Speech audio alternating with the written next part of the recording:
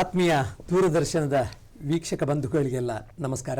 ಕಲ್ಯಾಣ ಕರ್ನಾಟಕ ರಸ್ತೆ ಸಾರಿಗೆ ಸಂಸ್ಥೆಯ ಅಭಿವೃದ್ಧಿ ಯೋಜನೆಗಳು ಮತ್ತು ಕಾರ್ಯಚಟುವಟಿಕೆಗಳ ಕುರಿತಾಗಿ ಮಾಹಿತಿಯನ್ನು ತಿಳಿಯುವುದಕ್ಕಾಗಿ ಇವತ್ತು ನಮ್ಮೊಡನಿದ್ದಾರೆ ಕಲ್ಯಾಣ ಕರ್ನಾಟಕ ರಸ್ತೆ ಸಾರಿಗೆ ಸಂಸ್ಥೆಯ ವ್ಯವಸ್ಥಾಪಕ ನಿರ್ದೇಶಕರಾದ ಸನ್ಮಾನ್ಯ ಶ್ರೀ ಎಂ ರಾಚಪ್ಪ ಅವರು. ಸರ್, ನಿಮಗೆ ಕಾರ್ಯಕ್ರಮಕ್ಕೆ ಹೃತ್ಪೂರ್ವಕ ಸ್ವಾಗತ. ನಮಸ್ತೆ. ಒಂದು ದೇಶದ ಅಭಿವೃದ್ಧಿ ಅಥವಾ ಒಂದು ರಾಜ್ಯದ ಅಭಿವೃದ್ಧಿ ಅಥವಾ ಒಂದು ಭಾಗದ ಅಭಿವೃದ್ಧಿಗೆ ಬಹಳ ಮೂಲಭೂತವಾಗಿ ಬೇಕಾಗಿರೋದು ರಸ್ತೆ ಮತ್ತು ಸಾರಿಗೆ. ಯಾವಾಗ ರಸ್ತೆ ಮತ್ತು ಸಾರಿಗೆ ಸೌಲಭ್ಯ ಹೆಚ್ಚಾಯಿತೋ ಆವಾಗ ಅಭಿವೃದ್ಧಿಗೆ ವೇಗ ಸಿಗ್ತದೆ. ಆ ಹಿನ್ನೆಲೆಯೊಳಗೆ ನಮ್ಮ ರಾಜ್ಯದಲ್ಲೇ ಒಂದು ಕಾಲದಲ್ಲಿ ಬಹಳ ಹಿಂದುಳಿದ ಪ್ರದೇಶ ಅಂತ ಗುರುತಿಸಿಕೊಂಡಿದ್ದ ಕಲ್ಯಾಣ ಕರ್ನಾಟಕ ಭಾಗದಲ್ಲಿ ಏನು ಈ ರಸ್ತೆ ಸಾರಿಗೆ ನಿಗಮ KSRTCಯಿಂದ ವಿಭಜನೆಗೊಂಡು ಈಶಾನ್ಯ ಕರ್ನಾಟಕ ರಸ್ತೆ ಸಾರಿಗೆ ಸಂಸ್ಥೆ ಅಂತಾಯಿತು. ಆ ನಂತರ ಈಗ ಕಲ್ಯಾಣ ಕರ್ನಾಟಕ ರಸ್ತೆ ಸಾರಿಗೆ ಸಂಸ್ಥೆ ಅಂತ ವಿಭಜನೆ ಮಾಡಿದ ಮೇಲೆ ಒಂದಷ್ಟು ಬದಲಾವಣೆಗಳನ್ನು ಕಾಣಲಿಕ್ಕೆ ಸಾಧ್ಯ ಆಯಿತು. ಅದು ಗ್ರಾಮಾಂತರ ಪ್ರದೇಶಗಳಿಗೆ ಮೂಲೆಗಳಿಗೆ ಬಸ್ಸಿನ ಸೌಲಭ್ಯ, ಜೊತೆಗೆ ಅಂತಾರಾಜ್ಯ ಮಟ್ಟಕ್ಕೆ ಕೂಡ ನಮ್ಮ ಭಾಗದಿಂದ ಈ ಕಲ್ಯಾಣ ಕರ್ನಾಟಕ ಭಾಗದ 7 ಜಿಲ್ಲೆಗಳು ಮತ್ತು ಬಿಜಾಪುರವನ್ನು ಒಳಗೊಂಡಂತೆ ಇರುವಂಥ ಈ ಸಂಸ್ಥೆ ಒಂದು ಗುರುತಿಸಿಕೊಂಡಿರ್ತಕ್ಕಂಥ ಜಿಲ್ಲೆಗಳಿಂದ ಬಹಳಷ್ಟು ಸಂಚಾರ ಸೌಲಭ್ಯ, ಸಾರಿಗೆ ಸೌಲಭ್ಯ ನಮಗೆ ದೊರಕಿದೆ. ಈ ಬಗ್ಗೆ ರಾಜಪ್ಪ ಅವರು ಹೇಳಿ. ನಮ್ಮ ಈ NEKRTC ಅಂತ ಇದ್ದದನ್ನು KKRTC ಅಂದರೆ ಈಶಾನ್ಯ ಕರ್ನಾಟಕ ರಸ್ತೆ ಸಾರಿಗೆ ನಿಗಮ ಅಂತ ಇತ್ತು. ಅದು ಆ ನಂತರ ಈಗ ಕಲ್ಯಾಣ ಕರ್ನಾಟಕ ರಸ್ತೆ ಸಾರಿಗೆ ಸಂಸ್ಥೆ ಅಂತ ಹೊಸ ನಾಮಕರಣದೊಂದಿಗೆ ಈಗ ಕಾರ್ಯಾಚರಿಸ್ತಾ ಇದೆ. ಈ ರೀತಿಯಾಗಿ ಯಾವಾಗ ಪ್ರಾರಂಭ ಆಯಿತು? ಈ ಸಂಸ್ಥೆಯನ್ನು ಕಟ್ಟುವ ಉದ್ದೇಶ ಏನು? ಇದರ ಗುರಿ ಏನಾಗಿತ್ತು ಅಂತ? ಸರ್, 1/10/2000ರಲ್ಲಿ ನಾವು ಸ್ವತಂತ್ರವಾಗಿ ಈ KSRTC ಕಡೆಯಿಂದ ಬೇರ್ಪಟ್ಟಿದೆ ಸರ್. ಅದು ಮೂಲ KSRTC ಕಡೆಯಿಂದಾನೆ. ಹಾಗಾಗಿ ಟೋಟಲ್ ಒಟ್ಟು ಕರ್ನಾಟಕದ 4 ನಿಗಮಗಳು ಅಲ್ಲಿ ನಮ್ಮದು ಒಂದು. ಬೇರೆ ನಿಗಮಗಳು KSRTC ಬಿಟ್ಟರೆ ಯಾವುದೆಲ್ಲ ಸರ್? ಈಗ ವಾಯುವ್ಯ ಕರ್ನಾಟಕ ಇದೆ, BMTC ಇದೆ, ಮತ್ತು ಕರ್ನಾಟಕ ರಸ್ತೆ ಸಾರಿಗೆ ನಿಗಮ ಇದೆ. 2 ಬೆಂಗಳೂರಿನಲ್ಲಿ ಇದಾವೆ, ಒಂದು ಹುಬ್ಬಳ್ಳಿಯಲ್ಲಿ ಇದೆ, ನಮ್ಮ ಕಲಬುರಗಿಯಲ್ಲಿ ಒಂದು. ಅಂದ್ರೆ ಇದು ಸ್ವತಂತ್ರವಾಗಿ ಕಾರ್ಯನಿರ್ವಹಿಸುವಂತ ಒಂದು ಸಂಸ್ಥೆ. ಇತ್ತೀಚೆಗೆ ತಾವು ಹೇಳಿದಾಗೆ ಇಡೀ ಸ್ವತಂತ್ರವಾಗಿ ಅಟಾನಮಸ್ ಕೂಡ ನಮಗೆ ಇತ್ತೀಚೆಗೆ 2023ರಲ್ಲಿ ಬಂದಿದೆ ಸರ್. ಸ್ವಾಯತ್ತ ಸಂಸ್ಥೆ ಕೂಡ ಬಂದಿದೆ. ಇವಾಗ ನೇಮಕಾತಿ ಮಾಡುವುದಾಗ್ಲಿ ನಮಗೆ ಎಲ್ಲ ಅಧಿಕಾರ ಸರ್ಕಾರ ನೀಡಿದೆ. ಈಗ ಒಂದು ಸಂಸ್ಥೆಯೊಟ್ಟಿಗೆ ಇದ್ದಂಥದ್ದನ್ನು ವಿಭಜನೆ ಮಾಡುವಾಗ ಒಂದು ಗುರಿ ಇರ್ತದೆ. ಈ ಗುರಿ ಏನು ಅಂತ ಹೇಳಿದ್ರೆ, ಒಂದು ಅಲ್ಲಿ ಆ ಭಾಗದಲ್ಲಿ ಸಾರಿಗೆ ಸೌಲಭ್ಯ ಹೆಚ್ಚಾಗಬೇಕು ಅಂತ. ಆ ಹಿನ್ನೆಲೆಯೊಳಗೇನೆ ಇದನ್ನು ವಿಭಜನೆ ಮಾಡಿದ್ರೆ ಅಥವಾ ಆಡಳಿತಾತ್ಮಕವಾಗಿ ವಿಭಜನೆ ಮಾಡಿದ್ರೆ ಹೇಗೆ ಅಂತ? ಆಡಳಿತಾತ್ಮಕವಾಗಿ ಮತ್ತು ಹಿಂದುಳಿದ ಪ್ರದೇಶಗಳಿಗೆ ಸಾರಿಗೆ ಸೌಲಭ್ಯಗಳು, ಮೂಲಭೂತ ಸೌಕರ್ಯಗಳು ಅನುಕೂಲವಾಗಲಿ ಅಂತ ಉದ್ದೇಶದಿಂದ ಬೇರ್ಪಟ್ಟಿದೆ ಸರ್. ಇಲ್ಲಿನ ಭಾಗದ ಭಾಳ ಕಂಪೇರಿಟಿವ್ ಅದರ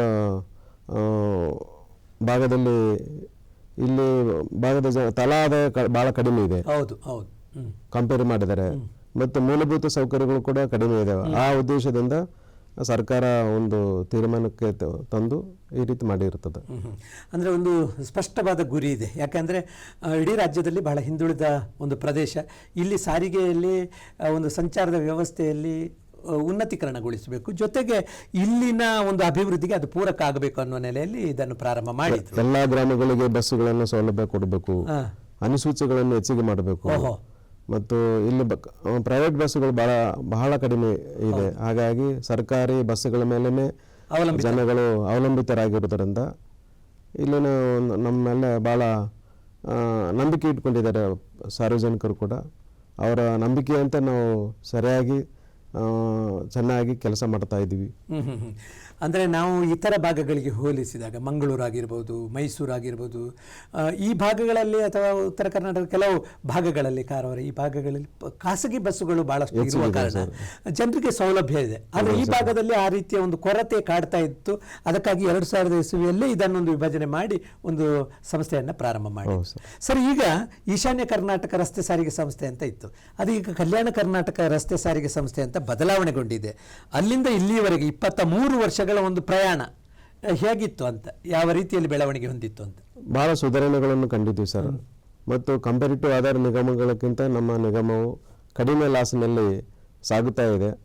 ಹಾಗಾಗಿ ನಾವು ಎಲ್ಲ ಸ್ಟಾಫ್ ಕೂಡ ಚೆನ್ನಾಗಿದ್ದಾರೆ, ಮತ್ತು ಬಹಳ ಡ್ರೈವರ್ಗಳಾಗಲಿ, ಕಂಡಕ್ಟರ್ಗಳಾಗಲಿ, ಇತರ ಸಿಬ್ಬಂದಿ ಭಾಳ ಚೆನ್ನಾಗಿ ಹಗಲು ರಾತ್ರಿ ಕೆಲಸ ಮಾಡ್ತಾ ಇದ್ದೀವಿ. ಹಾಗಾಗಿ ಅವರು ಒಂದು ಮಾದರಿಯಾಗಿದ್ದಾರೆ ಬೇರೆ ನಿಗಮಗಳಿಗೆ. ಇತರ ನಿಗಮಗಳಿಗೆ ಹೋಲಿಸಿದಾಗ ನಾವು ಬಹಳ ಇದು ಆದಾಯದಲ್ಲಿ ಕೂಡ ಅಂತ ದೊಡ್ಡ ನಷ್ಟವನ್ನು ಅನುಭವಿಸ್ತಾ ಇಲ್ಲ ಅಂತ. ಇದು ಒಳ್ಳೆಯ ವಿಚಾರ. ಯಾಕಂತ ಹೇಳಿದ್ರೆ ಈ ಭಾಗದವರು ಹೆಚ್ಚೆಚ್ಚು ಸರ್ಕಾರಿ ಬಸ್ಸುಗಳನ್ನ ಅವಲಂಬಿತರಾಗಿದ್ದಾರೆ ಅನ್ನೋದು ಒಳ್ಳೆಯ ಸೂಚನೆ ಅದು. ಈಗ ನಿಮ್ಮ ಈ ಒಂದು ಸಂಸ್ಥೆಯಲ್ಲಿ ಒಟ್ಟು ಎಷ್ಟು ಬಸ್ಸುಗಳಿವೆ ಮತ್ತು ರೂಟುಗಳು ಎಷ್ಟು ಕಿಲೋಮೀಟರ್ ವ್ಯಾಪ್ತಿಯಲ್ಲಿ ನಿಮ್ಮ ಸಂಚಾರ ಇದೆ ಅಂತ ಮಾಹಿತಿ ಇದೆಯಾ ಸರ್? ಟೋಟಲ್ ನಮಗೆ 4800 ಬಸ್ಸುಗಳಿವೆ. 4800 ಬಸ್ಸುಗಳಿದಾವೆ ಮತ್ತು 4443 ಅನುಸೂಚಿಗಳು ಇವೆ. ರೂಟುಗಳು ತಾವು ಹೇಳಿದಾಗೆ 4001 ರೂಟುಗಳು ಇದಾವೆ ಸರ್. 4001 ರೂಟುಗಳಿದಾವೆ. ಟೋಟಲ್ ದಿನ 16 ಲಕ್ಷ ಕಿಲೋಮೀಟರ್ ತನಕ ಬಸ್ಸುಗಳು ಓಡಾಡ್ತವೆ ಮತ್ತು ದಿನ ಪ್ರಯಾಣಿಕರು 17.5 ಲಕ್ಷ ತನಕ ಪ್ರಯಾಣಿಕರು ದಿನಾಲೂ ಓಡಾಡ್ತಾರ. 17.5 ಲಕ್ಷ ಒಂದು ದಿನಕ್ಕೆ 17.5 ಲಕ್ಷ KKRTC ಅವಲಂಬಿತರಾಗಿದ್ದಾರೆ. ಬಹಳ ಒಳ್ಳೆ. ಅದರಲ್ಲಿ ಮಹಿಳೆಯರು 10.5 ಲಕ್ಷ ಮಹಿಳೆಯರು ಇದ್ದಾರೆ ಈಗ ಈ ಶಕ್ತಿ ಯೋಜನೆಯಿಂದಾಗಿ. ಈಗ ಅಂತಾರಾಜ್ಯ ಬಸ್ಸುಗಳ ವ್ಯವಸ್ಥೆಯನ್ನು ಕೂಡ ಚೆನ್ನಾಗಿದೆ ಇದೆ ಸರ್. ಅಂತಾರಾಜ್ಯ ಬಸ್ಸುಗಳು ಇಲ್ಲಿಂದ ಹೈದರಾಬಾದಿಗೆ, ಪಣಜಿ, ಗೋವಾ, ಚೆನ್ನೈ, ಬೇರೆ ಬೇರೆ ಪ್ರದೇಶಗಳಿಗೆ ಇಲ್ಲಿಂದ ಅಂತಾರಾಜ್ಯ ಬಸ್ಸುಗಳು ಕೂಡ, ಬಾಂಬೆ ಕೂಡ ಇದಾವೆ. ಈ ರೀತಿ ಬಸ್ಸುಗಳು ಇದಾವೆ ಸರ್. ಈಗ ಈ ರೀತಿಯ ಒಂದು ದೊಡ್ಡ ಸಂಸ್ಥೆಯನ್ನು ನಡೆಸಬೇಕಾದ್ರೆ ಕಾರ್ಮಿಕರ ಸಂಖ್ಯೆ, ನೌಕರರ ಸಂಖ್ಯೆ, ಅದು ಡ್ರೈವರು, ಕಂಡಕ್ಟ್ರು ಮತ್ತು ವಿವಿಧ ಡಿಪ್ಪುಗಳ ನೌಕರರು, ಹೀಗೆ ಒಟ್ಟು ನೌಕರರು ಹೇಗಿದ್ದಾರೆ ಮತ್ತು ಆ ವ್ಯವಸ್ಥೆಗಳು ಹೇಗಿವೆ ಸರ್ ನಿಮಗೆ? ಸರ್ 18,500 ನಮ್ಮ ನೌಕರರು ಇದ್ದಾರೆ. ಅದರಲ್ಲಿ 16,000 ತನಕ ನಮ್ಮ ಕಂಡಕ್ಟರ್ ಡ್ರೈವರ್ಗಳಿದ್ದಾರೆ. ಮತ್ತು ಇತ್ತೀಚೆಗೆ ಹೊಸದಾಗಿ ನಾವು ಮಾರ್ಚ್ ತಿಂಗಳ ಒಳಗಡೆ 1600 ಹೊಸ ನೇಮಕಾತಿ ಬರ್ತಾ ಇದ್ದಾರೆ. ಅವರು ಯಾವ ಹುದ್ದೆಗೆ? ಕಂಡಕ್ಟರ್ ಮತ್ತು ಡ್ರೈವರ್ಗಳು ಮುಖ್ಯವಾಗಿ ಬೇಕಾಗಿರೋದು. ಬಸ್ಸುಗಳು ಈಗಾಗಲೇ ಈ ವರ್ಷ ನಮಗೆ ಲಾಸ್ಟ್ ಇಯರ್ ನಮ್ಮ ಬಸ್ಸುಗಳು 630 ಬಸ್ಸುಗಳು ಹೊಸದಾಗಿ ಸೇರ್ಪಡೆ ಆಗಿವೆ. ಹಾಗಾಗಿ ಬಸ್ಸುಗಳು ತಕ್ಕಂತೆ ನಾವು ಡ್ರೈವರ್ ಕಂಡಕ್ಟರ್ಗಳು ನೇಮಕಾತಿ ಮಾಡ್ಕೊಳ್ತಾ ಇದ್ದೀವಿ. ಇವನ್ ನಾವು ಔಟ್ಸೋರ್ಸ್ ಮುಖಾಂತರ ಕೂಡ ನಾವು 500 ಡ್ರೈವರ್ಗಳನ್ನು ನೇಮಕಾತಿ ಮಾಡ್ಕೊಂಡಿದ್ದೀವಿ. ಚಾಲಕ ನಿಯಂತ್ರಕರನ್ನು ಔಟ್ಸೋರ್ಸ್ ಹೊರಗುತ್ತಿಗೆ ಮೇಲೆ ಕೂಡ ತೆಗೆದುಕೊಂಡಿದ್ದೀವಿ. ಈಗ ಇದಕ್ಕೆ ಸಂಸ್ಥೆಗೆ ನೀವು ನೇಮಕಾತಿ ಮಾಡ್ಕೊಳ್ತೀವಿ. ಎಷ್ಟು ಮಂದಿಯ ನೇಮಕಾತಿ ಪ್ರಕ್ರಿಯೆ ನಡೆದಿದೆ? ಸರಿ, ತಾವು ಹೇಳಿದಾಗೆ 1619 ಹೊಸದಾಗಿ ನೇಮಕಾತಿ ಕಂಡಕ್ಟರ್ ಮತ್ತು ಡ್ರೈವರ್ಗಳು ಸರ್ ಮಾಡ್ಕೊಳ್ತಾ ಇದ್ದೀವಿ. ಇದು ಇಡೀ ದೇಶದಲ್ಲೇ ಮಾದರಿಯುತವಾಗಿ ನಾವು ನೇಮಕಾತಿ ಪ್ರಕ್ರಿಯೆ ಮಾಡ್ಕೊಂಡಿದ್ದೀವಿ. ಹಾಗಾಗಿ ಈ ಹುಮ್ನಾಬಾದ್ನಲ್ಲಿ 6 ತಿಂಗಳ ತನಕ ನಾವು ಟೆಸ್ಟ್ ಟ್ರ್ಯಾಕ್ನಲ್ಲಿ 50 ಮಾರ್ಕ್ಸ್ನಲ್ಲಿ ಪಾಸಾಗಿ ಅದ ನಂತರ ಅವರು ಡೈರೆಕ್ಟಾಗಿ ಆ ಅಂಕಗಳ ಮೇಲೆ ನೇಮಕಾತಿ ಪಟ್ಟಿ ನಾವು ಈಗಾಗಲೇ ತಾತ್ಕಾಲಿಕ ಆಯ್ಕೆ ಪಟ್ಟಿ ಪ್ರಕಟಣೆ ಮಾಡಿದ್ವಿ. 10 ದಿವಸದಲ್ಲಿ ನಾವು ನಂತರ ಅಂತಿಮ ಆಯ್ಕೆ ಪಟ್ಟಿ ಪ್ರಕಟ ಮಾಡುತ್ತೇವೆ. ಹಾಗಾಗಿ ಹೊಸ ಅಭ್ಯರ್ಥಿಗಳು ಈ ಭಾಗದ ನಿರುದ್ಯೋಗ ಏನು ಭಾಳಷ್ಟು 7-8 ವರ್ಷಗಳಿಂದಲೂ ನೇಮಕಾತಿ ಆಗಿರಲಿಲ್ಲ. ಇಲ್ಲಿ ನಾವು ಪ್ರತಿಭಾವಂತ ವಿದ್ಯಾರ್ಥಿಗಳು, ಬಡವರು ಅನುಕೂಲ ಆಗುತ್ತದೆ ಇದರಿಂದ. ಆ ನಿಟ್ಟಿನಲ್ಲಿ ನೇಮಕಾತಿಯನ್ನು ಮಾಡ್ತಾ ಇದ್ದೀವಿ. ಅಂದ್ರೆ ಸಂಸ್ಥೆ ಅಡಿಯಲ್ಲಿ ಹುಮ್ನಾಬಾದ್ನಲ್ಲಿ ಒಂದು ಚಾಲನಾ ತರಬೇತಿ ಟ್ರ್ಯಾಕ್ ಇದೆ. ಹೌದು ಸರ್, ಅಲ್ಲಿ ಒಂದು ಹಗರಬೊಮ್ಮನಹಳ್ಳಿಯಲ್ಲಿ ಒಂದಿದೆ. ಹಾಗಾಗಿ 2 ಇದಕ್ಕೆ ಸಂಬಂಧಪಟ್ಟ ಟ್ರೈನಿಂಗ್ ಇನ್ಸ್ಟಿಟ್ಯೂಟ್ಗಳು ಇದಾವೆ ಸರ್. ಏನೇನು ಸೌಲಭ್ಯ ಇದೆ ಸರ್ ಅಲ್ಲಿ ಆ ತರಬೇತಿ ಇದರಲ್ಲಿ? ಅಲ್ಲಿ ತರಬೇತಿ ಪ್ರೈವೇಟ್ ಆಗಿ ಅವರು ಕೂಡ ಬಂದು ಲೈಸೆನ್ಸು ಕೊಡ್ತೀವಿ ಸರ್ ಅಲ್ಲಿ. ಹಾಗಾಗಿ ಪ್ರೈವೇಟ್ನವರು ಕೂಡ ತರಬೇತಿ ಪಡೆದು ಹೆವಿ ವೆಹಿಕಲ್ಸ್ ತರಬೇತಿ ಪಡೆಯಬಹುದು. ಹಾಗಾಗಿ ನಮ್ಮ ಸ್ಟಾಫ್ ಕೂಡ ಅವರು ಕೂಡ KMPL ಮಾಡುವುದಕ್ಕಾಗಲಿ ಬೇರೆ ರೀತಿಯಲ್ಲೂ ಕೂಡ ಅವರಿಗೆ ದಿನನಿತ್ಯ ನಾವು ತರಬೇತಿ ಅಲ್ಲಿ ನೀಡುತ್ತೇವೆ. ಅಂದ್ರೆ ನಮಗೆ ಬೇಕಾದಂತ ಒಂದು ಚಾಲಕರು ಅಥವಾ ನಿಯಂತ್ರಕರನ್ನೆಲ್ಲ ಆಕ್ಸಿಡೆಂಟ್ಗಳನ್ನು ಹೆಚ್ಚಿಗೆ ಮಾಡುವಂತವರಾಗ್ಲಿ, ಡೀಸೆಲ್ ಅನ್ನು ಯಾವ ರೀತಿ ಉಳಿತಾಯ ಮಾಡಬೇಕು, ಇಂಧನ ಉಳಿತಾಯ ದೃಷ್ಟಿಯಿಂದ ನಾವು ಅವರಿಗೆ ತರಬೇತಿ ಕೊಡ್ತಾ ಇದ್ದೀವಿ. ಅಂದ್ರೆ ಅವರನ್ನು ಒಂದು ಇಂಧನ ಉಳಿತಾಯ ಮಾಡುವಂತೆ, ಒಂದು ಅಪಘಾತ ರಹಿತ ಚಾಲನೆ ಮಾಡುವಂತೆ, ಈ ಎಲ್ಲ ದೃಷ್ಟಿಯಿಂದಲೂ ಅವರನ್ನು ಪರಿಪಕ್ವವನ್ನ ಮಾಡಿ ಚಾಲಕರನ್ನಾಗಿ ನೇಮಕ ಮಾಡ್ತೀವಿ ಸರ್. ಯಾಕಂದ್ರೆ ಸಾರ್ವಜನಿಕರು ನಮ್ಮೆಲ್ಲ ಬಹಳ ನಂಬಿಕೆ ಇಟ್ಕೊಂಡಿರ್ತಾರೆ. ಸರ್ಕಾರಿ ಸಂಸ್ಥೆಗಳಂದ್ರೆ ಬಹಳ ಸುರಕ್ಷತೆ ಅಂತಂದು ಅದೊಂದು ಬ್ರ್ಯಾಂಡ್ ಸರ್. ಈ ಪ್ರೈವೇಟ್ಗಿಂತ ಸರ್ಕಾರಿ ಸಂಸ್ಥೆ ಅಂತಾನೆ ಬಹಳ ಸುರಕ್ಷಿತವಾಗಿ ತಲುಪುತ್ತೇವೆ ಅಂತಂದು ದೃಷ್ಟಿ ಇರ್ತದೆ.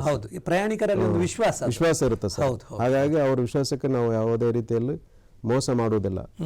ಬಹಳ ಅಪರೂಪ ಆಕ್ಸಿಡೆಂಟ್ಗಳು ಆಗೋದು ಬಹಳ ಅಪರೂಪ ಸರ್. ನಾವು ಅಪರೂಪಕ್ಕಷ್ಟೇ ಕೇಳ್ತೇವೆ, ಇಲ್ಲ ಆಗೋದೇ ಬಹಳ ಕಡಿಮೆ ಅಂತ. 4800 ರೂಟ್ಗಳಲ್ಲಿ ಬಸ್ಸುಗಳಲ್ಲಿ ಅಪರೂಪ 1-2 ಸಾಮಾನ್ಯವಾಗಿ ಆಗುತ್ತೆ ಸರ್. ಹೌದು ಸರ್. ಈಗ ನಮ್ಮ ಕಲ್ಯಾಣ ಕರ್ನಾಟಕ ಭಾಗಕ್ಕೆ 7 ಜಿಲ್ಲೆಗಳು ಒಳಪಟ್ಟಿರುವಂಥದ್ದು. ಈಗ ವಿಜಯಪುರ ಜಿಲ್ಲೆಯನ್ನು ಕೂಡ ವಿಜಯಪುರ ಜಿಲ್ಲೆಯನ್ನು ಕೂಡ ತಾವು ಇದಕ್ಕೆ ಸೇರ್ಪಡೆ ಮಾಡಿಕೊಂಡಿದ್ದೀರಿ. ಉದ್ದೇಶ ಏನು? ಆ್ಯಕ್ಚುಲಿ ಅವರು ಹೋರಾಟ, ಅಲ್ಲಿನ ಜನಗಳು ಹೋರಾಟ ಮಾಡಿ ಈ ಕಡೆನೇ ಭಾಗದಲ್ಲಿ ಸೇರಿಕೊಳ್ಳಬೇಕು ಆ ರೀತಿ ದೃಷ್ಟಿ 2009 ಕಲಬುರಗಿ ಬಹಳ ಹತ್ತಿರ ಕೂಡ ಹತ್ತಿರ ಇದೆ ಮತ್ತು ಇಲ್ಲಿ ಲಾಭದಾಯಕವಾಗಿದೆ, ಚೆನ್ನಾಗಿದೆ. ಆ ದೃಷ್ಟಿಯಿಂದ ಅವರು ಸೇರ್ಪಡೆ ಹೋರಾಟದಿಂದ ಬಂದಿರುವಂಥದ್ದು. 2009 ಸೇರ್ಪಡೆ ಆಗಿದೆ ಸರ್ ಇದು. ಯಾವುದೇ ಒಂದು ಸಂಸ್ಥೆ ಅದಕ್ಕೆ ಬಸ್ಸುಗಳು ಹಾಕೋದು, ಅದಕ್ಕೆ ಬೇಕಾದಂಥ ನೌಕರರನ್ನು ಹಾಕೋದಲ್ಲ, ಅದರ ಲಾಭ ಗಳಿಕೆ ಹೇಗಿದೆ. ನೀವು ಹೇಳಿದ್ರು ಒಂದು ಆದಾಯದಲ್ಲಿ ನಾವು ನಷ್ಟವನ್ನು ಬಹಳ ಕಡಿಮೆ ಪ್ರಮಾಣದಲ್ಲಿ ಅನುಭವಿಸ್ತಾ ಇದ್ದೇವೆ ಅಂತ. ಹೇಗಿದೆ ಸರ್ ಆದಾಯ ನಿಮ್ಮ ಸಂಸ್ಥೆಗೆ? ಚೆನ್ನಾಗಿದೆ. ಶಕ್ತಿ ಯೋಜನೆ ಬಂದ ಮೇಲೆ ಸರ್ ಚೆನ್ನಾಗಿದೆ, ಹೆಚ್ಚಾಗಿದೆ. ಟಿಕೆಟ್ ತಗೊಳ್ಳೋದಿಲ್ಲ, ದುಡ್ಡೇ ಕೊಡೋದಿಲ್ಲ, ಹೇಗೆ ಹೆಚ್ಚಾಗಿದೆ ಅಂತ ಹೇಳ್ತೀರಿ ಸರ್? 33% ನಮ್ಗೆ ಆದಾಯ ಹೆಚ್ಚಿಗಾಗಿದೆ ಲಾಸ್ಟ್ ಇಯರ್ ಕಂಪೇರ್ ಮಾಡಿದ್ರೆ. ಹಾಗಾಗಿ ನಮಗೆ ಸರ್ಕಾರ ಅನುದಾನ ಈಗಾಗಲೇ ನಮಗೆ ಶಕ್ತಿ ಯೋಜನೆ ಅಡಿಯಲ್ಲಿ 8 ಜಿಲ್ಲೆಗಳಿಂದ 20 ಕೋಟಿ 50 ಲಕ್ಷ ತನಕ ಮಹಿಳಾ ಪ್ರಯಾಣಿಕರು ಪ್ರಯಾಣಿಸಿದ್ದಾರೆ. ಉಚಿತವಾಗಿ ಪ್ರಯಾಣ ಮಾಡಿದ್ದಾರೆ. ಹಾಗಾಗಿ 20 ಕೋಟಿ 50 ಲಕ್ಷ ಸರ್, 20 ಕೋಟಿ 50 ಲಕ್ಷ ತನಕ 20 ಕೋಟಿ 50 ಲಕ್ಷ. ಈಗಾಗಲೇ ಸರ್ಕಾರ ಅನುದಾನ ಕೂಡ 465 ಕೋಟಿ ಈಗಾಗಲೇ ಬಿಡುಗಡೆ ಮಾಡಿದೆ. ಆ ಟಿಕೆಟ್ ದರವನ್ನು ಕೊಡ್ತದೆ ಹೇಗೆ? ನಿಮ್ಗೆ ಅನುದಾನವನ್ನು ಕೊಡ್ತದೆ, ಅದು ಯಾವ ಪ್ರಮಾಣದಲ್ಲಿ ಕೊಡ್ತದೆ? 0 ಟಿಕೆಟ್ ಅಂತ ಕೊಡ್ತೀವಿ ಸರ್ ಮಹಿಳೆಯರಿಗೆ. ಅದರ ಮೇಲೆ ಕ್ಯಾಲ್ಕುಲೇಷನ್ ATM ಮಷಿನ್ ಇರುತ್ತೆ. ಅದರ ಮೇಲೆ ಎಷ್ಟು ಟಿಕೆಟ್ ಆಗಿದೆ, ಎಷ್ಟು ಮೌಲ್ಯ ಆಗಿದೆ ಅಮೌಂಟ್ ಅಂತ ಅದರ ಮೇಲೆ ಸರ್ಕಾರ ಅನುದಾನ ಬಿಡುಗಡೆ ಮಾಡುತ್ತೆ ಸರ್. ಅದು ಪ್ರಮಾಣದಲ್ಲಿ ಬಿಡುಗಡೆ ಮಾಡುತ್ತೆ. ಈಗ ಸರ್ ಶಕ್ತಿ ಯೋಜನೆ ಪ್ರಾರಂಭ ಆದ ಮೇಲೆ ಒಂದು ಮಾತು ಕೇಳಿ ಬರ್ತಾ ಇದೆ, ಸಾರಿಗೆ ಸಂಸ್ಥೆಗಳಿಗೆ ಇದು ನಷ್ಟ, ಇದು ಬಹಳ ಕಷ್ಟ, ಸರಿದೂಗಿಸುವುದು ಬಹಳ ಕಷ್ಟ, ಅವರ ನಿತ್ಯ ವ್ಯವಹಾರವನ್ನು ಅದರಲ್ಲಿ ಮಾಡಲಿಕ್ಕೆ ತುಂಬ ಕಷ್ಟಕರ ಆಗ್ತದೆ ಅಂತ ಹೇಳ್ತಾರೆ. ಆದರೆ ಶಕ್ತಿ ಯೋಜನೆ ಪ್ರಾರಂಭದಿಂದ ಸಂಸ್ಥೆಗೆ ಏನು ನಷ್ಟ ಇಲ್ಲ ಅಂತ ತಾವು ಹೇಳ್ತೀರಿ? ಹೇಗೆ? ನಷ್ಟ ಇಲ್ಲ ಸರ್, ಶಕ್ತಿ ಯೋಜನೆಯಿಂದ ನಮಗೆ ಬೂಸ್ಟ್ ಆಗಿದೆ. ಹಾಗಾಗಿ ಸಾರಿಗೆ ಸಂಸ್ಥೆಗಳಲ್ಲಿ ಮಹಿಳೆಯರಾಗಲಿ ಎಲ್ಲ ದೇವಸ್ಥಾನಗಳು ಹೋಗ್ತಾ ಇದ್ದಾರೆ. ಹಾಗಾಗಿ ಗಂಡನಿಂದ ಯಾವುದೇ ಒಂದು ರೀತಿಯಲ್ಲಿ ಅಮೌಂಟ್ ಕೇಳ್ತಾ ಇಲ್ಲ ಇತ್ತೀಚೆಗೆ. ಫ್ರೀ ಆಗಿ ಒಬ್ಬ ವಿದ್ಯಾರ್ಥಿ ಹಳ್ಳಿಯಿಂದ ಬರಬೇಕಾದ್ರೆ ದುಡ್ಡು ಬೇಕಾಗಿತ್ತು, ಅವ್ರಿಗೆಲ್ಲ ಫ್ರೀ ಆಗಿ ಬಸ್ಸಿನಲ್ಲಿ ಬಂದು ಪಟ್ಟಣಗಳಲ್ಲಿ ಓದುವಂಥ ಶಕ್ತಿ ಇದೆ. ಕಾರ್ಮಿಕರು ಕೂಡ ಹಳ್ಳಿಯಿಂದ ಬಂದು ಗುಲ್ಬರ್ಗದಲ್ಲಿ ಕೂಡ ದುಡಿಯುವಂಥ ಒಂದು ವ್ಯವಸ್ಥೆ ಇದೆ, ದುಡಿತಾರೆ. ಹಾಗಾಗಿ ಅವರು ಎಲ್ಲರಿಗೆ ಸಾಮಾಜಿಕವಾಗಿ ಆರ್ಥಿಕವಾಗಿ ಇದೊಂಥರ ರೆವಲ್ಯೂಷನ್ ಇದು. ಅಂದ್ರೆ ಒಂದು ಉದ್ಯೋಗದ ನಿಮಿತ್ತ ಹೋಗುವವರಿಗೆ ಅಥವಾ ತೀರ್ಥಾಟನೆ ಮಾಡುವವರಿಗೆ ಮತ್ತೆ ಶಿಕ್ಷಣ ಪಡೆಯುವವರಿಗೆ ಇದೆಲ್ಲ ಅನುಕೂಲ ಆಗಿದೆ. ಸರ್, ಈಗ ಒಂದು ಬೇಡಿಕೆ ಇದೆ, ನೀವು ಕೇವಲ ಕೆಂಪು ಬಸ್ಸಿನಲ್ಲಿ ಮಾತ್ರ ಶಕ್ತಿ ಸಾರಿಗೆಯ ಸೌಲಭ್ಯವನ್ನು ಕೊಡ್ತೀರಿ, ಬಾಕಿ ಬಸ್ಸುಗಳಿಗೂ ವಿಸ್ತರಣೆ ಮಾಡಬೇಕು ಅಂತ. ಏನು ಕ್ರೈಟೀರಿಯಾ ಅಥವಾ ಮಾನದಂಡ ಏನು? ಹೇಗೆ ಒಬ್ಬಳು ಹೆಣ್ಣುಮಗಳು ಯಾವ ಬಸ್ಸಿಗೆಲ್ಲ ಹತ್ತಬಹುದು, ಎಷ್ಟು ದೂರ ಹೋಗ್ಬೋದು, ಅಂತಾರಾಜ್ಯ ಬಸ್ಸುಗಳಿಗೆ ಹೋಗ್ಬೋದು, ಹೇಗೆ ಅಂತ? ಸರ್, ಕರ್ನಾಟಕದಲ್ಲಿ ತಿರುಗಾಡುವಂತ ಎಲ್ಲಾ ರೆಡ್ ಬಸ್ಗಳಲ್ಲಿ ತಿರುಗಾಡಬಹುದು, ಕೆಂಪು ಬಸ್ಸುಗಳು. ಕೆಲವು ನೀಲಿ ಬಸ್ಸುಗಳಿವೆ, ಕೆಲವು ಹಾಗೇನಿಲ್ಲ ಸರ್. ಪ್ರೀಮಿಯಂ ಬಸ್ಸುಗಳು ಮಾತ್ರ ಲಿಮಿಟೆಡ್ ಇದಾವೆ. ಅವು ಪ್ರೀಮಿಯಂ ಬಸ್ಸುಗಳು ಅಂದ್ರೆ AC ಇರ್ತಾವ, ನಾನ್ AC ಬಸ್ಸುಗಳು ಇರ್ತಾವ, ಲಕ್ಸುರಿ ಬಸ್ಸುಗಳು ಇರ್ತಾವ. ಅವುಗಳನ್ನು ಹೊರತುಪಡಿಸಿ ಎಲ್ಲಾ ಬಸ್ಸುಗಳಲ್ಲಿ ಕೂಡ ಅವರು ತಿರುಗಾಡಬಹುದು. ಬಟ್ ಅಂತಾರಾಜ್ಯ ಬಸ್ಸುಗಳು ಅಂದ್ರೆ ಹೈದರಾಬಾದ್ ಹೋಗುವಂತ ರೂಟ್ಗಳಾಗಲಿ, ಸೊಲ್ಲಾಪುರ್ ಹೋಗುವಂತ, ಪಣಜಿ ಹೋಗುವಂತ ರೂಟ್ಗಳಿಗೆ ಈ ಶಕ್ತಿ ಯೋಜನೆ ಅನ್ವಯ ಆಗುವುದಿಲ್ಲ ಸರ್. ಈಗ ಕೆಲವೊಮ್ಮೆ ಸರ್ ಇಲ್ಲಿಂದ ಮಂಗಳೂರು ಅಥವಾ ಇಲ್ಲಿಂದ ಬೆಂಗಳೂರು, ಇಲ್ಲಿಂದ ಬೇರೊಂದು ದೂರದ ಊರಿಗೆ ಹೋಗಬೇಕಾದ್ರೆ ಅವರು ನೇರವಾಗಿ ಬಸ್ಸಿಗೆ ಹತ್ತಿದ್ರೆ ಅದಕ್ಕೆ ಕೆಲವೊಮ್ಮೆ ಸೀಟ್ ಇರುವುದಿಲ್ಲ. ಮೊದಲೇ ಮುಂಗಡವಾಗಿ ಅವರಿಗೆಲ್ಲ ಮುಂಗಡವಾಗಿ ಬುಕ್ ಮಾಡ್ಕೋಬಹುದು ಸರ್, ಅದು ಹಾಗೇನಿಲ್ಲ. ಅವರಿಗೆ 10% ಮುಂಗಡವಾಗಿ ಬುಕ್ ಮಾಡಿದರೆ ಕನ್ಸೆಷನ್ ಇರ್ತದೆ. ಉಚಿತವಾಗಿ ಕೆಂಪು ಬಸ್ಸುಗಳು ಈಗ ಮೈಸೂರು, ಗುಂಡ್ಲುಪೇಟೆ ಅಥವಾ ಬೆಂಗಳೂರಿಗೆ ಹೋಗುವ ಬಸ್ಸುಗಳೆಲ್ಲ ಇರ್ತಾವಲ್ಲ, ಅದರಲ್ಲಿ ಮುಂಗಡ ಬುಕ್ ಕೂಡ ಯೂಸ್ ಮಾಡ್ಕೋತಾರೆ. ಅಲ್ಲಿ ದುಡ್ಡು ಕೊಡಬೇಕಾಗಿಲ್ವಾ? ಇಲ್ಲ ಸರ್, ಅಂದ್ರೆ ರಿಸರ್ವೇಶನ್ 10 ರೂಪೀಸ್ ಅಂತ ಇರುತ್ತೆ ಸರ್, ಅಷ್ಟೇ ಕೊಡ್ತಾರೆ. ಟಿಕೆಟ್ ಖಾತ್ರಿ ಮಾಡಿಸಿಕೊಳ್ಳಿ.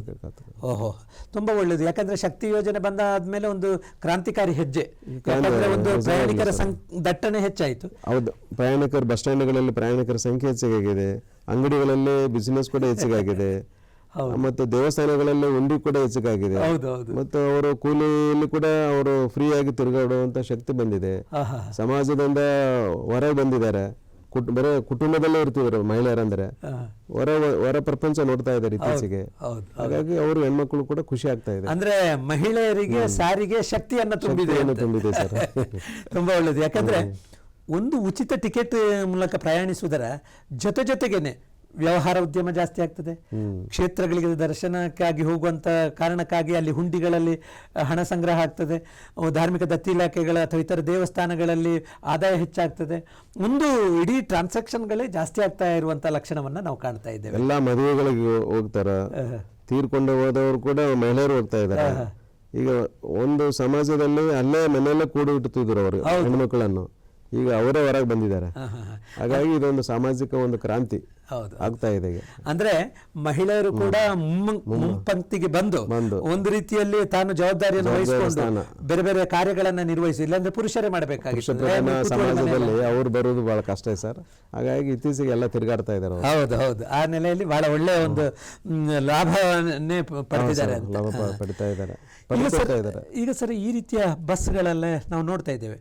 ಇತ್ತೀಚಿನ ದಿನಗಳಲ್ಲಿ ಬಹಳಷ್ಟು ಕ್ರಾಂತಿಕಾರಿ ಹೆಜ್ಜೆಗಳನ್ನು ಸಾರಿಗೆ ಸಂಸ್ಥೆ ಇಡ್ತಾ ಇದೆ ಬೇರೆ ಬೇರೆ ರೀತಿಯಲ್ಲಿ. ಆ ಬಸ್ಗಳ ವ್ಯವಸ್ಥೆಯಲ್ಲಿ ಮೊದಲೆಲ್ಲ ಒಂದು ಬಸ್ಸುಗಳು ಒಂದು ಮಾಡೆಲ್ನಲ್ಲಿದ್ದು, ಆದರೆ ಈಗ ಒಳ್ಳೆ ಅತ್ಯಾಧುನಿಕ ಸೌಲಭ್ಯದ ಬಸ್ಸುಗಳು ಕೂಡ ಬಂದಿವೆ.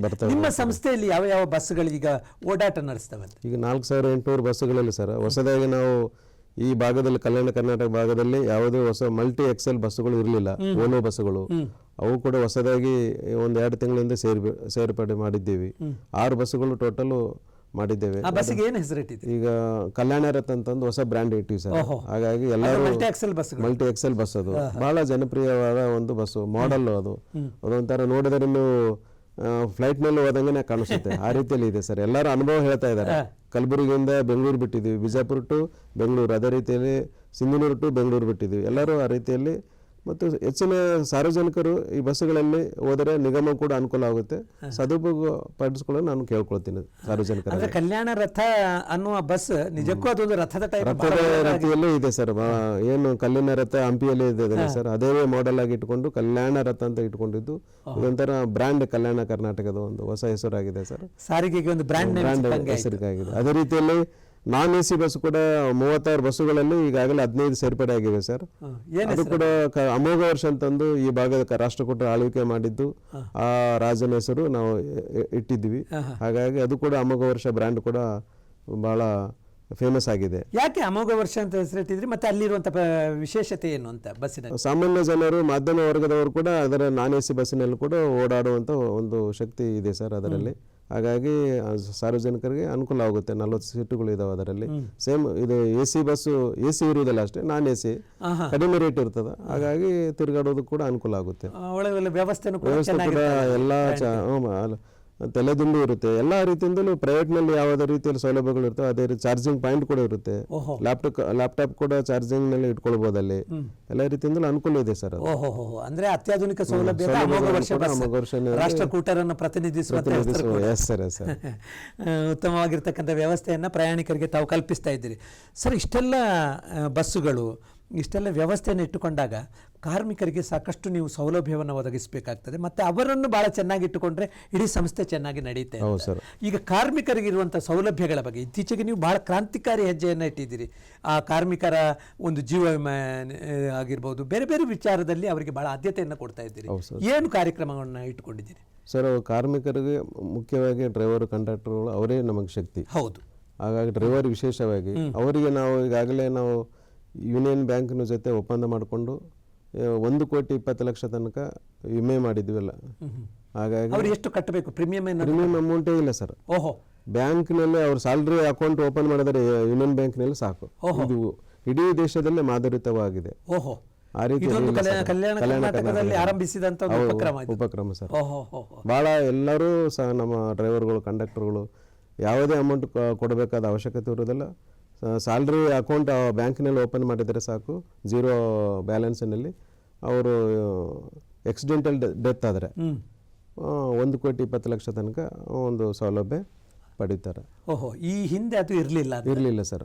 ಈ 50 ಲಕ್ಷ ತನಕ SBI ಬ್ಯಾಂಕ್ನ ಜೊತೆ ಒಪ್ಪಂದ ಮಾಡ್ಕೊಂಡಿದ್ದೀವಿ. ಈಗಾಗಲೇ 6 ಆಕ್ಸಿಡೆಂಟ್ಗಳಾಗಿದ್ದು ಅವರಿಗೆ 50 ಲಕ್ಷ ನಾವು ಕೊಟ್ಟಿದ್ದೀವಿ, 3 ಕೋಟಿ ತನಕ. ಅದು ಇದರಿಂದಾಗಿ 1,20,00,000. ಅದಕ್ಕಿಂತ ಇದು ಉತ್ತಮವಾಗಿದೆ ಸರ್.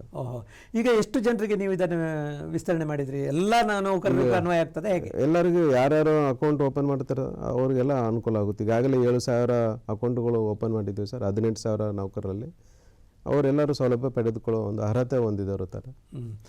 ಮನೆ ರಾಜಪ್ಪನವರು, ಈಗ ಮೊನ್ನೆ ನಾವು ಸಾರಿಗೆ ಸಚಿವರ ಸಮ್ಮುಖದಲ್ಲಿ ಇಂಥ ಒಂದು ವಿಶಿಷ್ಟವಾಗಿರ್ತಕ್ಕಂಥ ಯೋಜನೆಯನ್ನು ಪ್ರಾರಂಭ ಮಾಡಿದ್ರಿ. ಕಾರ್ಮಿಕರ ಅಭಿಪ್ರಾಯ ಹೇಗಿದೆ ಈಗ ಅಂತ, ಇದಕ್ಕೆ ಸ್ಪಂದನೆ? ಈಗ ಎಲ್ಲರೂ ಸ್ವಮೋಟವಾಗಿ ಅವರೇ ಅಕೌಂಟ್ ಓಪನ್ ಮಾಡ್ತಾ ಇದ್ದಾರೆ ಅವರು. ಹಾಗಾಗಿ ಅವ್ರಿಗೆಲ್ಲ ಅನುಕೂಲ ಇದೆ. ಮತ್ತು ಇನ್ನೂ ನಾವು ಫಸ್ಟು ಎಲ್ಲ ಸಾರಿಗೆ ನಿಗಮಗಳಿಗಿಂತ ಮುಂಚೆನೇ ನಾವು ಅವರಿಗೆ ಎನಿ ಕೈಂಡ್ ಆಫ್ ಡೆತ್ ಆದರೂ ಕೂಡ 10 ಲಕ್ಷ ನಾವು ಅಮೌಂಟು ಕೊಡ್ತೀವಿ. ಅವರ ಕಡೆಯಿಂದ ತಿಂಗಳಿಗೆ 200 ರೂಪಾಯಿ, ನಮ್ಮ ಕಡೆಯಿಂದ ನಿಗಮ ಕಡೆಯಿಂದ 250, ಈ ರೀತಿಯಲ್ಲಿ ಇನ್ಶೂರೆನ್ಸ್ ಸ್ಕೀಮ್ ಮಾಡಿಕೊಂಡು ಆಂತರಿಕ ಗುಂಪು ವಿಮಾ ಯೋಜನೆ ಅಡಿಯಲ್ಲಿ ಅವರಿಗೆ ಎನಿ ಕೈಂಡ್ ಆಫ್ ಡೆತ್ತು, ಯಾವುದೇ ರೀತಿಯಲ್ಲಿ ಡೆತ್ ಆದರೆ 10 ಲಕ್ಷ ರೂಪಾಯಿ ಕೊಡ್ತೀವಿ. ಫಸ್ಟ್ ನಮ್ಮ ಇಲ್ಲೇ ಕಲ್ಯಾಣ ಕರ್ನಾಟಕದಲ್ಲೇ ಪ್ರಾರಂಭವಾಯಿತು. ವೈದ್ಯಕೀಯ ನೆರವು ಏನಾದರೂ ಕಾರ್ಮಿಕರಿಗೆ ಪಡಿಲಿಕ್ಕೆ? ಸರ್, ಅವರು ವೈದ್ಯಕೀಯ ನೆರವು ಕೂಡ ಎಲ್ಲ ತಾಲೂಕು ಮಟ್ಟದಲ್ಲಿ ಕೂಡ ನಾವು ಇದು ಆಸ್ಪತ್ರೆಗಳ ಅನುಕೂಲ ಮಾಡಿಕೊಟ್ಟಿವಿ. ಮತ್ತು ಅವರಿಗೆ ಮರುಪಾವತಿ ವ್ಯವಸ್ಥೆ ಕೂಡ ನಾವು ಮಾಡಿಕೊಟ್ಟಿವಿ. ಆ ರೀತಿಯಲ್ಲಿ ಯಾವುದೇ ಒಂದು ಅನಾನುಕೂಲ ಮಾಡಿಕೊಡುವುದಿಲ್ಲ ಅವರಿಗೆ. ಚೆನ್ನಾಗಿ ವೈದ್ಯಕೀಯ ಅವರೇ ಇಂಪಾರ್ಟೆಂಟ್ ನಮಗೆ. ಹೌದು ಹೌದು. ಅಂದರೆ ಕಲ್ಯಾಣ ಕರ್ನಾಟಕ ರಸ್ತೆ ಸಾರಿಗೆ ನಿಗಮದ ನೌಕರರು ಈಗ ಬಹಳ ಖುಷಿಯಲ್ಲಿದ್ದಾರೆ. ಯಾಕಂತ ಹೇಳಿದ್ರೆ ಅವರಿಗೆ ಈ ರೀತಿಯ ಸೌಲಭ್ಯಗಳನ್ನು ನೀವು ವಿಸ್ತರಣೆ ಮಾಡಿರುವುದರಿಂದ ಇತ್ತೀಚೆಗೆ ಬಂದಂಥ ಒಂದು ಒಳ್ಳೆಯ ಯೋಜನೆಗಳಿದೆ ಅಲ್ಲ ಯೋಜನೆಗಳು ಸರ್. ಅವ್ರ ಮೇಲೆ ಏನು ಪ್ರಕರಣಗಳು ಸುಮಾರು 10,000 ಪ್ರಕರಣಗಳು ಎನ್ಕ್ವೈರಿಗಳು ಇದ್ದು ಅವು ಕೂಡ ಕ್ಲೋಸ್ ಮಾಡಿವಿ ನಾವು. ಓಹೋ, ಅನಾವಶ್ಯಕವಾಗಿ ಅವ್ರ ಮೇಲೆ ಕಿರುಕುಳ ಮಾಡಿ ಅವ್ರಿಗೆ ಟೆನ್ಷನ್ ಇಲ್ಲಿರ್ತಾರ. ಬಸ್ ಮೇಲೆ ನಡೆಸಬೇಕಾದ್ರೆ ಫ್ರೀ ಮೈಂಡ್ ಇರಬೇಕು. ಹಾಗಾಗಿ ಅವ್ರಿಗೆಲ್ಲ ಅನುಕೂಲ ಮಾಡಿಕೊಟ್ಟಿವಿ. ಅಂದರೆ ಈಗ ನೀವು ವ್ಯವಸ್ಥಾಪಕ ನಿರ್ದೇಶಕರಾದ ಮೇಲೆ ಇದಕ್ಕೆ ಒಂದಷ್ಟು ಬದಲಾವಣೆಗಳು ಕೂಡ ಬಂದಿವೆ. ಮತ್ತೆ ಚಾಲಕರು ನಿರ್ವಾಹಕರು ಕೂಡ ಬಹಳ ಸಂತೋಷ ಕೆಲಸ ಮಾಡ್ತಾ ಇದ್ದಾರೆ. ಹೌದು ಸರ್, ಸಚಿವರು ಸಾರಿಗೆ ಸಚಿವರು ಕೂಡ ಬಹಳ ಸ್ಪಂದನೆ ಕೊಡ್ತಾ ಇದ್ದಾರೆ, ಅನುಕೂಲ ಮಾಡಿಕೊಡ್ತಾರೆ, ಎಲ್ಲ ರೀತಿಯಿಂದಲೂ ಸಹಕಾರ ಕೊಡ್ತಾರೆ. ಹಾಗಾಗಿ ನಾವು ಅವರ ಮಾರ್ಗದರ್ಶನದಂತೆ ನಾವು ನಡೆದುಕೊಳ್ತಾ ಇದ್ದೀವಿ. ಮತ್ತೊಂದು ವಿಶೇಷ ಅಂತ ಹೇಳಿದ್ರೆ, ಈಗ ಈ ಸರ್ಕಾರಿ ಬಸ್ಸುಗಳಲ್ಲಿ ವಿದ್ಯಾರ್ಥಿಗಳು ಪ್ರಯಾಣಿಸ್ತಾರೆ, ಸ್ವಾತಂತ್ರ್ಯ ಯೋಧರುಗಳು ಪ್ರಯಾಣಿಸ್ತಾರೆ, ಜೊತೆಗೆ ವಿಕಲಚೇತನರು, ಇವರಿಗೆಲ್ಲ ಸೌಲಭ್ಯ ಹೇಗಿದೆ ಸರ್? ಸರ್, ವಿಕಲಚೇತನರಿಗೆ ಫ್ರೀ ಕೊಡ್ತೀವಿ ಪಾಸು. ಮತ್ತು ವಿದ್ಯಾರ್ಥಿಗಳು 7ನೇ ತರಗತಿಯವರು ಕೂಡ ಫ್ರೀ ಬಸ್ಸು ವಿದ್ಯಾರ್ಥಿ ಪಾಸ್ ಕೊಡ್ತೀವಿ ಸರ್. ಬೇರೆ SC/ST ವಿದ್ಯಾರ್ಥಿಗಳಿಗೂ ಕೂಡ ಫ್ರೀ ಬಸ್ ಪಾಸ್ ಕೊಡ್ತೀವಿ. ಮತ್ತು ಬೇರೆ ಸಾಮಾನ್ಯ ವರ್ಗದವರಿಗೆ ಅಮೌಂಟು ಲಿಮಿಟ್ ಇರುತ್ತೆ ಸರ್, ಅವರು ಕೂಡ ರಿಯಾಯಿತಿ ದರದಲ್ಲಿ ಪಾಸು ವ್ಯವಸ್ಥೆ ಇದೆ. ಈ ಶಕ್ತಿ ಯೋಜನೆಯಲ್ಲಿ ವಿದ್ಯಾರ್ಥಿಗಳು ಒಳಪಡ್ತಾರೆ ಸರ್? ಸಣ್ಣ ಮಕ್ಕಳು, ಹೆಣ್ಮಕ್ಳೆಲ್ಲ? ಹೆಣ್ಮಕ್ಳೆಲ್ಲ ಎಲ್ಲರೂ ಸರ್. ಅವ್ರಿಗೆ ಆಧಾರ್ ಕಾರ್ಡ್ ಮಾತ್ರ ಇದ್ರೆ? ಆಧಾರ್ ಕಾರ್ಡ್, ಯಾವುದೇ ಒಂದು ಜಾತಿ, ಧರ್ಮ, ಇನ್ಕಮ್ ಆಗಲಿ ಲಿಮಿಟು ಯಾವುದೇ ರೀತಿಯಲ್ಲಿ ಮಹಿಳೆಯರಿಗೆ ಇರುವುದಿಲ್ಲ ಸರ್. ಎಲ್ಲರೂ ಇದಕ್ಕೆ ಅನ್ವಯ ಆಗುತ್ತೆ ಶಕ್ತಿ ಯೋಜನೆ ಅಡಿಯಲ್ಲಿ. ಓಹೋ ಸರ್, ಇನ್ನೊಂದು, ಈಗ ಪರಿಸರಕ್ಕೆ ಪೂರಕವಾಗಿ ಸಂಸ್ಥೆಗಳು ಕಾರ್ಯಾಚರಣೆ ಮಾಡಬೇಕು ಅಂತ ಹೇಳ್ಕೊಂಡು ಇತ್ತೀಚಿನ ದಿನಗಳಲ್ಲಿ CNG ಬಸ್ಸುಗಳು, ಎಲೆಕ್ಟ್ರಿಕ್ ಬಸ್ಸುಗಳೆಲ್ಲ ಪ್ರಾರಂಭ ಆಗಿದೆ. ಹಾಗೆ ನಮ್ಮ ಕಲ್ಯಾಣ ಕರ್ನಾಟಕ ರಸ್ತೆ ಸಾರಿಗೆ ನಿಗಮಕ್ಕೆ ಇದೇನಾದರೂ ಸೇರ್ಪಡೆಗೊಂಡಿದ್ದೇನೆ? ಮುಂದಿನ ಯೋಜನೆಗಳಲ್ಲಿ ಸೇರ್ಪಡೆ ಆಗೋ ಚಾನ್ಸಸ್ ಇದೆ ಸರ್. ಕೇಂದ್ರ ಸರ್ಕಾರ ಕೂಡ ಪ್ರಸ್ತಾವನೆ ಕಳಿಸ್ಕೊಟ್ಟಿವಿ. ಎಲೆಕ್ಟ್ರಿಕಲ್ ಬಸ್ಸುಗಳು ಪ್ರಸ್ತಾವನೆ, PME ಬಸ್ಸುಗಳು ಅಂತಂದು ಇದೆ ಯೋಜನೆ ಇದೆ. ಆ ಯೋಜನೆ ಅಡಿಯಲ್ಲಿ ಕೂಡ ನಾವು ಪ್ರಸ್ತಾವನೆ ಇದೆ. ಮತ್ತು ಈ ಡಲ್ಟ್ ಕಡೆಯಿಂದ ನಾವು ಇತ್ತೀಚಿನ ದಿನಗಳಲ್ಲಿ ನಾವು 123 ಬಸ್ಸುಗಳು ಹೊಸದಾಗಿ ಬಸ್ಸುಗಳು ಖರೀದಿ ಮಾಡೋದಕ್ಕೂ ಕೂಡ ಡಲ್ಟ್ ಯೋಜನೆಯಿಂದ ನಾವು ಖರೀದಿ ಮಾಡ್ತಾ ಇದ್ದೀವಿ. ಕ್ಯಾಬಿನೆಟ್ ಅಪ್ರೂವಲ್ ಆಗ್ಬಹುದು. ಈ ಹೊಸ ಬಸ್ಸುಗಳನ್ನು ಎಷ್ಟು ಬಸ್ಸುಗಳು ಬರ್ತವೆ ಸರ್? ಒಟ್ಟು 123 ಸರ್. ಡಲ್ಟ್ ನಗರ ಪ್ರದೇಶಗಳಿಗೆ ಮಾತ್ರ ಸೀಮಿತವಾಗಿರ್ತಕ್ಕಂಥ, ಕಲಬುರಗಿ ಆಗಲಿ, ಬಿಜಾಪುರ ಆಗಲಿ, ರಾಯಚೂರು, ಬಳ್ಳಾರಿ, ಈ ರೀತಿ ಮುಖ್ಯ ಸಿಟಿಗಳಿಗೆ ಮಾತ್ರ ಸರ್. ಅಂದ್ರೆ ನಗರ ಸಾರಿಗೆಗೆ ಬೇಕಾಗಿ ಕೆಲವೊಂದು ಕಡೆಯಲ್ಲಿ ಹೆಸರು ಕೂಡ ನೃಪತುಂಗ ಹಾಗೆಲ್ಲ ಹೆಸರುಗಳನ್ನು ಇಟ್ಟು, ಹೊಸ ಹೆಸರುಗಳನ್ನು ಇಟ್ಟುಕೊಂಡು ನೀವು ಅಟ್ರಾಕ್ಟ್ ಮಾಡ್ತಾ ಇದ್ದೀರಿ. ಈಗ ಅಭಿವೃದ್ಧಿ ಯೋಜನೆಗಳಿಗೆ ಸಂಬಂಧಪಟ್ಟಂತೆ ಬಂದಾಗ ಈಗಾಗಲೇ ಅನೇಕ ಬಸ್ ನಿಲ್ದಾಣಗಳ ಪುನರ್ ನವೀಕರಣ ಆಗಿರ್ಬೋದು, ಹೊಸ ಬಸ್ ನಿಲ್ದಾಣಗಳ ನಿರ್ಮಾಣ ಆಗಿರ್ಬೋದು, ಪ್ರಯಾಣಿಕರಿಗೆ ಅನುಕೂಲ ಆಗುವ ಹಾಗೆ ಎಲ್ಲ ಕೆಲವು ವ್ಯವಸ್ಥೆಗಳನ್ನು ಕಲ್ಪಿಸ್ತೀರಿ. ಏನೇನು ಯೋಜನೆಗಳಿವೆ ಸಂಸ್ಥೆ ಅಡಿ? ಈಗ ಪ್ರಯಾಣಿಕರಿಗೆ ನಾವು ಮುಂದಿನ ದಿನಗಳಲ್ಲಿ ಸರ್, ಈಗ ಡಿಜಿಟಲ್ ಪೇಮೆಂಟ್ ಅಂತ ಇರುತ್ತೆ, ಅವರಿಗೆ ಚಿಲ್ಲರೆ ಬಹಳ ತೊಂದರೆ ಆಗ್ತಾ ಇದೆ. ಹಾಗಾಗಿ ಆನ್ಲೈನ್ನಲ್ಲಿ ಸಿಸ್ಟಮ್, QR ಕೋಡ್ ಸಿಸ್ಟಮ್ನಲ್ಲಿ ನಾವು ಇನ್ನೊಂದು 3-4 ತಿಂಗಳಲ್ಲಿ ಅಳವಡಿಸುವುದಕ್ಕೆ ಪ್ರಯತ್ನ ಮಾಡ್ತಾ ಇದ್ದೀವಿ. ಈಗ ದೆಹಲಿ ಸಾರಿಗೆ ಸಂಸ್ಥೆಗಳಲ್ಲೆಲ್ಲ ಬಸ್ಸಿನಲ್ಲೇ ಆ QR ಕೋಡ್ನ ಇದನ್ನ ಅಂಟಿಸಿರ್ತಾರೆ. ನಮ್ಮಲ್ಲಿ ಕೂಡ ಬರುವ 4-5 ತಿಂಗಳಲ್ಲಿ ಮಾಡುವ ಒಂದು ವ್ಯವಸ್ಥೆ ಪ್ರಯತ್ನದಲ್ಲಿ ಇದ್ದೀವಿ ಸರ್. ಈಗ ಡಿಜಿಟಲ್ ಪೇಮೆಂಟ್ ಯುಗ ಇದು, ಆದ ಕಾರಣ ಇದಕ್ಕೂ ಬರ್ತದೆ, ಅನುಕೂಲ ಆಗುತ್ತೆ ಸರ್. ಹೊಸ ಬಸ್ ನಿಲ್ದಾಣಗಳನ್ನ ನಿರ್ಮಾಣ ಮಾಡುವಂತದ್ದು ಏನಾದ್ರು? ಈಗ ಮೊನ್ನೆ ತಾನೇ ಹೈಟೆಕ್ ಬಸ್ ನಿಲ್ದಾಣ ಕಲಬುರಗಿಯಲ್ಲಿ ಆಯ್ತಲ್ಲ ಸರ್, ಅದೇ ನಗರ ಸೂಪರ್ ಮಾರ್ಕೆಟ್ನಲ್ಲಿ. ಅದೇ ರೀತಿಯಲ್ಲಿ ಬೇರೆ ಪ್ರದೇಶಗಳಲ್ಲಿ ಇದೆ ಸರ್. ಈಗ ಕ್ವಾರ್ಟರ್ಸ್ಗಳು ಕೂಡ, ವಸತಿ ಗೃಹಗಳು ಕೂಡ ಈ ಬಿಜಾಪುರದಲ್ಲಿ ಚಡಚಣದಲ್ಲಿ ಬೇರೆ ಬೇರೆ ಜಿಲ್ಲೆಗಳಲ್ಲಿ ಹೆಡ್ ಕ್ವಾರ್ಟರ್ಸ್ನಲ್ಲಿ ಮಾಡ್ತಾ ಇದ್ದೀವಿ. ಓಹೋ ಈ ನೌಕರರಿಗೆ ವಸತಿ ಗೃಹಗಳು.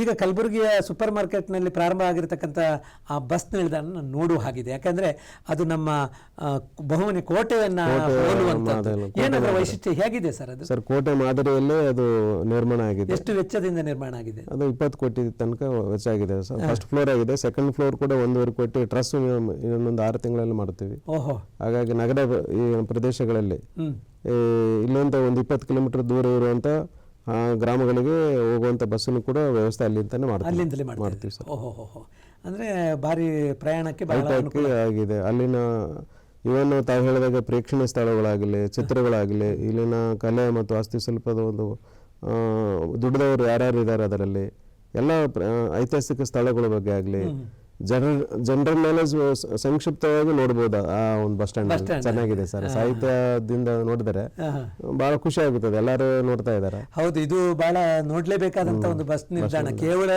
ಕೇವಲ ಬಸ್ ನಿಲ್ದಾಣ ಅಲ್ಲ, ಅದು ಒಂದು ರೀತಿ ಸಾಂಸ್ಕೃತಿಕವಾಗಿ ಪರಿಚಯ, ಸಾಹಿತ್ಯ ದೃಷ್ಟಿಯಿಂದ ಎಲ್ಲಾ ದೃಷ್ಟಿಯಿಂದ ಅದು ಒಂಥರ ಚೆನ್ನಾಗಿ ಮಾಹಿತಿ ಲಭ್ಯ ಇದೆ ಸರ್. ಅಲ್ಲಿ ತುಂಬಾ ಮಾಡೆಲ್ ಆಗಿದೆ, ಯಾಕಂದ್ರೆ ನಮ್ಮ ರಾಜ್ಯದಲ್ಲಿ ಒಂದು ವಿನೂತನವಾಗಿರ್ತಕ್ಕಂಥ ಕ್ರಮ. ಸಾರಿಗೆ ಸಚಿವರೇ ಬಂದು ಉದ್ಘಾಟನೆ ಮಾಡಿ ಖುಷಿ ಪಟ್ಟಿದ್ದಾರೆ ಸರ್. ಈಗ ಯಾವುದೇ ಒಂದು ಸಂಸ್ಥೆ ಲಾಭದಾಯಕವಾಗಿ ನಡಿಬೇಕಾದ್ರೆ ಒಂದಷ್ಟು ಹೊಸ ಆಲೋಚನೆಗಳಿರಬೇಕಾಗ್ತದೆ.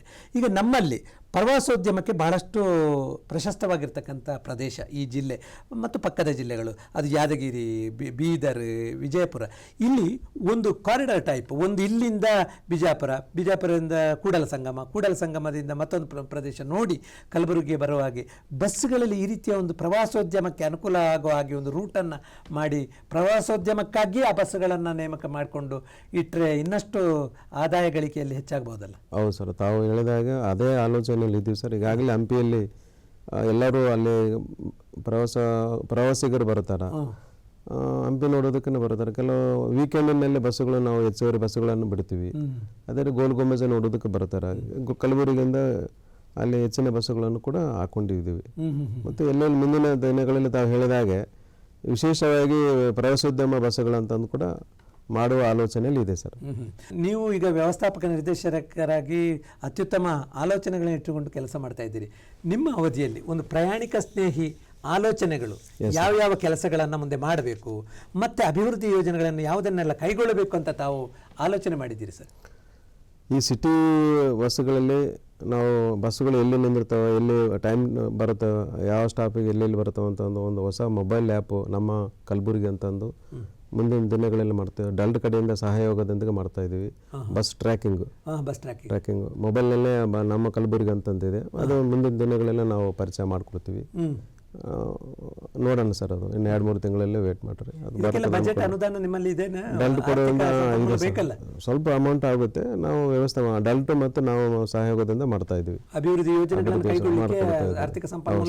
ಇದೆ ಸರ್, ಕೊಡ್ತಾರೆ ಸರ್ಕಾರ ಅಮೌಂಟ್ ಕೊಡ್ತಾರೆ. ಏನಿಲ್ಲ. ಕೊನೆಯದಾಗಿ ಹೇಳಿ ಸರ್, ಈ KKRTC ಬಸ್ಸಿನಲ್ಲಿ ಪ್ರಯಾಣಿಕರು ಯಾಕೆ ಹೋಗಬೇಕು, ಯಾವ ಕಾರಣಕ್ಕಾಗಿ ಹೋಗಬೇಕು ಅಂತ ಹೇಳಿ? ಸರ್, KKRTC ಬಸ್ಸಿನಲ್ಲಿ ಯಾಕೆ ಹೋಗ್ಬೇಕು ಅಂತಂದು ತಾವೇ ಹೇಳ್ತಾ ಇದ್ದೀರಿ. ಇದು ಅತ್ಯಂತ ಕಾರ್ಯದಕ್ಷತೆ ಉಳ್ಳ ಒಂದು ಡ್ರೈವರ್ಗಳು ಇರ್ತಾರೆ ಮತ್ತು ಸುರಕ್ಷತೆ ಇರುತ್ತೆ ಇದರಲ್ಲಿ, ಮತ್ತು ಆನ್ ಟೈಮ್ ಆಪರೇಷನ್ ಇರುತ್ತೆ ನಮ್ಮಲ್ಲಿ. ಹಾಗಾಗಿ ಕಲಬುರಗಿಯಿಂದ ಬೆಂಗಳೂರಿಗೆ ಸುರಕ್ಷಿತವಾಗಿ ನಾವು ತಲುಪುತ್ತೇವೆ ಅಂತಂದು 100ಕ್ಕೆ 100 ಹೇಳ್ಬೋದಲ್ಲ. ಹಾಗಾಗಿ ತೊಂದರೆ ಇರುವುದಿಲ್ಲ ಸರ್. ಇವನು ಪ್ರಯಾಣಿಕರು ಆಕಸ್ಮಿಕವಾಗಿ ಆಕ್ಸಿಡೆಂಟಲ್ ಡೆತ್ ಏನಾದರೂ ಕೂಡ ನಾವು ಇಮಿಡಿಯೇಟ್ ಆಗಿ 10 ಲಕ್ಷ ಕೊಡ್ತೀವಿ ಪ್ರಯಾಣಿಕರಿಗೆ. ಈ ಹೊಸ ಯೋಜನೆಯಲ್ಲಿ ಅಳವಡಿಸ್ಕೊಂಡಿದ್ದೀವಿ. ಯಾವುದೇ ರೀತಿ ಅಪಘಾತ ಆದರೂ ಕೂಡ ಬಹಳ ವರ್ಷಕ್ಕೆ 1-2 ಅಷ್ಟೇ ಸರ್ ನಮ್ಮಲ್ಲಿ ಅಪಘಾತ ಆಗೋದು. ಬಹಳ ಸುರಕ್ಷಿತ ಪ್ರಯಾಣಕ್ಕೆ ಮತ್ತೊಂದು ಹೆಸರೇ ಕೂಡ KKRTC ಅಂತ ಹೇಳ್ಕೊಂಡು ತುಂಬ ಒಳ್ಳೆಯದು. ರಾಜಪ್ಪ ಸರ್, ಇಷ್ಟು ಹೊತ್ತಿನ ತನಕ ಈ ಒಂದು ಕಲ್ಯಾಣ ಕರ್ನಾಟಕ ರಸ್ತೆ ಸಾರಿಗೆ ನಿಗಮದಿಂದ ಸಿಗೋ ಸೌಲಭ್ಯಗಳೇನು ಮತ್ತು ಆ ಸಂಸ್ಥೆ ಯಾವ ರೀತಿ ಕಾರ್ಯಾಚರಣೆ ಮಾಡ್ತಾ ಇದೆ ಅನ್ನೋದರ ಬಗ್ಗೆ ನಮ್ಮ ವೀಕ್ಷಕರಿಗೆ ವಿವರವಾದಂಥ ಒಂದು ಮಾಹಿತಿಯನ್ನು ಕೊಟ್ಟಿದ್ದೀರಿ. ಅದಕ್ಕಾಗಿ ನಮ್ಮೆಲ್ಲ ವೀಕ್ಷಕರ ಪರವಾಗಿ ನಿಮಗೆ ಹೃತ್ಪೂರ್ವಕ ವಂದನೆಗಳು. ನಮಸ್ಕಾರ. ನಮಸ್ತೆ ಸರ್. ಆತ್ಮೀಯ ವೀಕ್ಷಕರೇ, ಇದು ಇಂದಿನ ಸಂಚಿಕೆ. ಮುಂದಿನ ಸಂಚಿಕೆಯಲ್ಲಿ ಮತ್ತೆ ನಾವು ನೀವು ಭೇಟಿಯಾಗೋಣ. ಎಲ್ರಿಗೂ ನಮಸ್ಕಾರ.